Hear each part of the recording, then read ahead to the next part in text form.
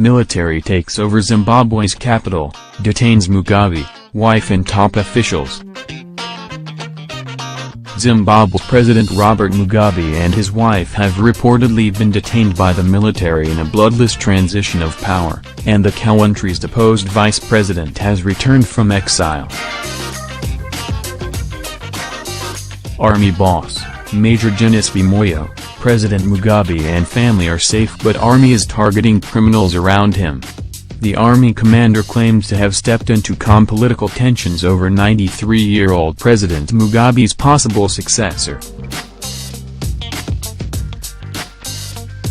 Soldiers take over the streets of Harare to control traffic on Wednesday morning. The ruling party has however accused the commander of treasonable conduct, according to a report by New York Post. Embassy has since issued a warning encouraging citizens to seek shelter indoors and avoid the political unrest on the street. The Zimbabwean vice president sent on exile returned to the country Wednesday morning. There were reports on Wednesday morning that some armed soldiers were assaulting passers-by in the early morning hours in Harare, as well as soldiers loading ammunition near a group of 4 military vehicles. 3 explosions could be heard near the University of Zimbabwe campus. Watch the army broadcast below. This came a week after Mugabe fired his deputy, Emmerson Mnangagwa, a move widely seen as meant to clear the path for his wife, Grace, as his likely successor. The United States Embassy in Zimbabwe has issued an alert to the public that it would shut down activities early following the uncertainty that has taken over the country. In a Twitter message too, the British government urged its citizens in the country to stay indoors and avoid becoming victims. The Amnesty International says it is more interested in the safety and security of all people in Zimbabwe. A statement from the international body, signed by Depros Mushina, its regional director for Southern Africa, has said. The organization pleaded with the military to refrain from any action that puts lives and human rights at risk. Military officials must uphold human rights, including the right to liberty, freedom of expression, association and peaceful assembly. The free flow of information, through the media and social media, must be guaranteed. The military takeover should not be used as an excuse to undermine Zimbabwe's international and regional human rights obligations and commitments, the statement read. Zimbabwe's MDC opposition party, according to the CNN, says President Mugabe's government was an accident waiting to happen. The report quoted Albert Gutu, the party spokesperson, as saying the MDC had often told the world that the system was not a sustainable system. We haven't heard of any looting. We haven't heard of any bloodshed and/or anybody being killed. Whatever is going to happen, let us respect human life, he said. UK Foreign Secretary Boris Johnson has said his country cannot tell if this is the end of power for Robert Mugabe. CNN quotes him as criticizing Mugabe for rigging elections as well as high-handedness in the way he handled the affairs of the country. We do not know whether this marks the downfall of Mugabe or not, and we call for common restraint. All Britain has ever wanted for Zimbabweans is to be able to decide their own future in free and fair elections. Mugabe's consuming ambition was always to deny them that choice, and this House will remember the brutal litany of his 37 years in office. The elections he rigged and stole, the murder and torture of his opponents, the illegal seizure of land, leading to the worst hyperinflation in recorded history measured in the billions of percentage points, and forcing the abolition of the Zimbabwean dollar. A video currently trending has shown that Nigerian prophet, Temitope Joshua of the Synagogue Church of All Nations, SCOAN, had predicted the coup in Zimbabwe. In the video, TB Joshua could be seen stating that there was a plan to run down the headquarters of a southern African nation. The undated video with the title, "Is this a prophecy on Mugabe's death by military?" is currently spreading in Zimbabwe and has the prophet repeating that there is a plan to get rid of a president in a region of southern Africa.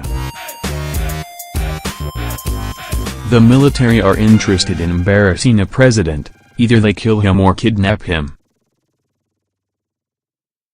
They are still having that plan to kidnap either a president or vice president of that nation or the first lady of that nation, he said in the video. He noted that this would cause uproar, adding that even though he knows the country, he would not want to mention it.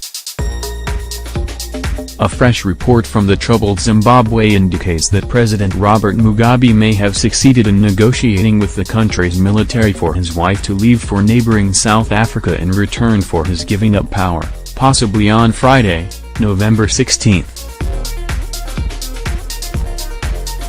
The Bulawayo 24 quotes a security source as telling the African news agency Mugabe, 93, will announce his departure from power at a press conference.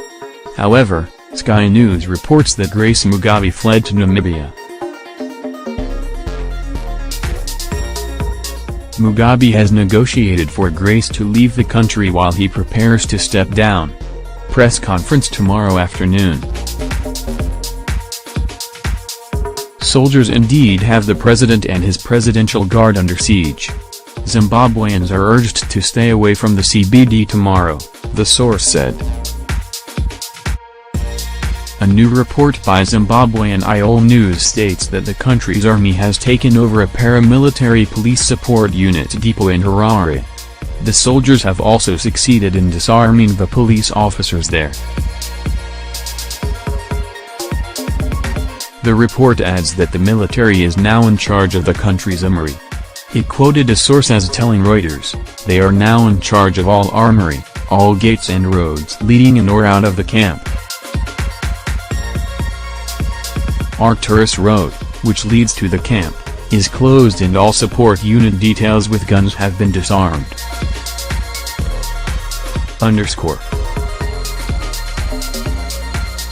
The Namibian government has said it is closely following the events in Zimbabwe. The country released a statement saying its officials are monitoring the developments, stating that the situation is relatively calm. Namibia however expressed fear concerning the possible repercussions the crisis in Zimbabwe could have for the region, especially if it escalates. Namibia is concerned that the present situation in Zimbabwe creates uncertainty that is not conducive to peace, stability and consolidation of democracy in Zimbabwe and the region as a whole, CNN quotes the government as saying.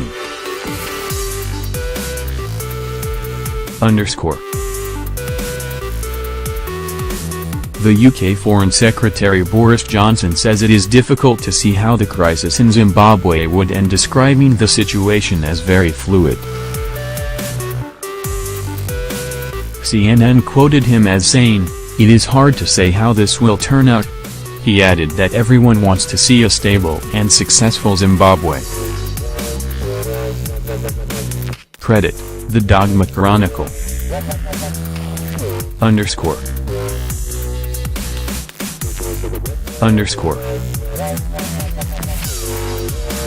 A photograph showing Zimbabwe soldiers forcing police officers to sit on the ground has emerged.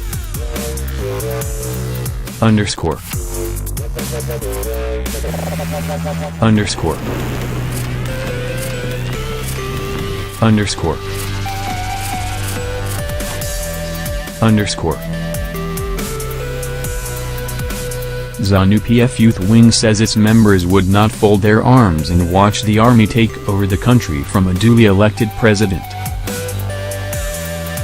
As the youth of Zimbabwe and as the young people whose future will be determined by the actions taken in the present, We have noted with shock, displeasure and disappointment the press statement of the Commander of the Defense Forces, General Constantino Chiwenga, issued yesterday.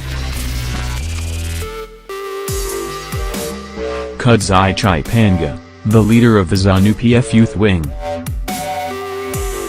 We, as ZANU-PF Youth League, are a lion which has awakened and found its voice, therefore we will not sit idly and fold our hands whilst cheap potshots and threats are made against the legitimate and popularly elected leader of the Revolutionary Party ZANU-PF and Zimbabwe, His Excellency, Head of State and Government and Commander-in-Chief of the Zimbabwe Defense Forces, Robert Gabriel Mugabe.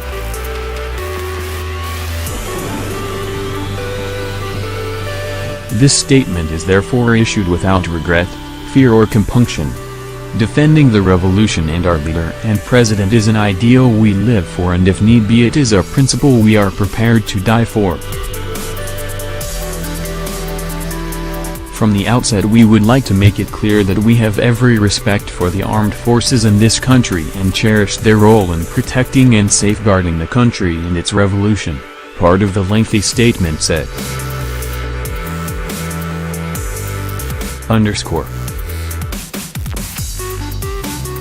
The Herald of Zimbabwe is reporting that the country's National Liberation War Veterans Association have applauded the role taken by the defense forces to normalize the situation in ZANU-PF and the country. The organization wants the ZANU-PF to return to constitutionalism and reverse all the expulsions and suspensions that were spearheaded by the G40 cabal. Youths play soccer in one of the streets of Harare while the army holds down the city center.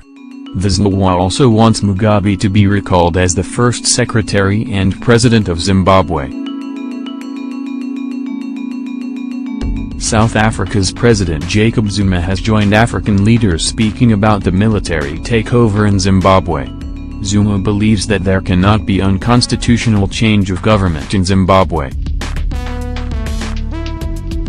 Speaking on behalf of the Southern African Development Community, Zuma therefore called on the army and the government to resolve their differences amicably. He also said the organization was ready to help the country resolve its crisis.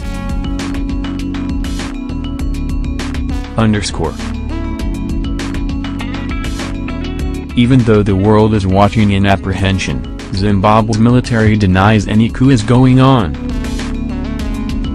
The United Nations has warned its personnel in Zimbabwe work from home. This is as some schools were closed and some students failed to sit for their final examinations, including at the University of Zimbabwe. Officials at the President's Department have now been sent packing from the departures desk at the recently renamed Robert Gabriel Mugabe International Airport and replaced by soldiers. Commander of the Defense Forces, General Constantino Chiwenga. The Chief of Staff, Quartermaster, in the Zimbabwe National Army, Sibusiso Moyo, appeared on state television early Wednesday morning saying the position taken by the military since the statement made by Zimbabwe's Defense Forces Commander, Constantino Chiwenga, Monday had reached another level.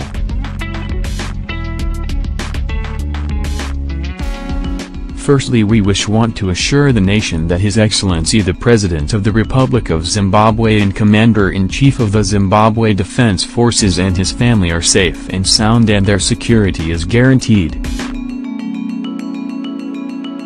We are only targeting criminals around him who are committing crimes that are causing social and economic suffering in the country in order to bring them to justice, he said.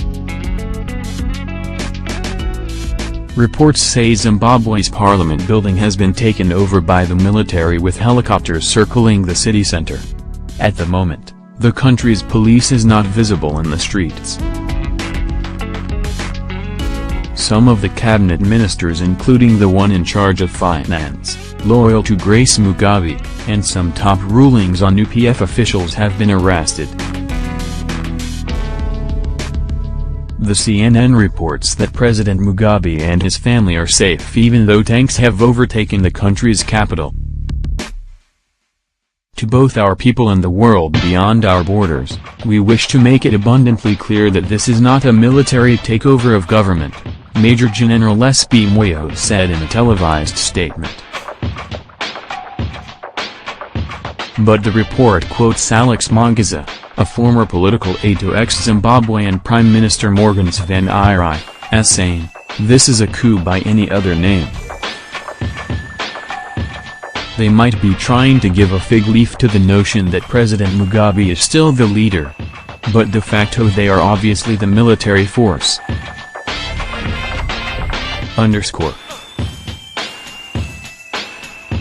President Muhammadu Buhari of Nigeria is calling for calm in Zimbabwe as the country's military takes over its government.